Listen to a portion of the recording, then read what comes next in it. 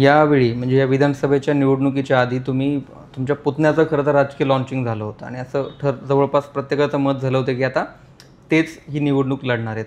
पण ऐनवेळी तुम्ही निवडणुकीत उतरलात. काय काही निर्णय नाही, त्याच्यामागचा? लॉन्चिंग करणं हे चूक होती माझी, असं मला वाटतं. म्हणजे आधी काही डिक्लेअर करायची गरज नव्हती, परंतु ते लॉन्चिंग केल्यामुळं अनेकांना संधी मिळाली की ते नाही, आम्हाला त्याची उमेदवारी मान्य नाही, तुम्ही असाल तर आम्ही तुम्हाला मदत करू. म्हणजे असं एक संधी घेतली गेली आणि त्याच्यामुळं मला शेवटी सगळ्या वातावरणाचा विचार करून मला स्वतःला निवडणूक लढवावी लागली.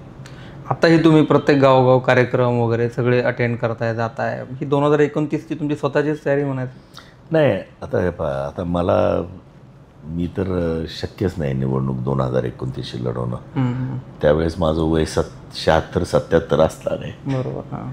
त्यामुळे मी लढवणार नाही. आता इथून म्हणजे पुढची निवडणूक ही जयसिंग सोळंकीच लढवणार. पुतणेच तुमच्या यावेळचे म्हणजे राजकीय वारसदार तेच असतील तेच आहे, यावेळचे. तेच आहे.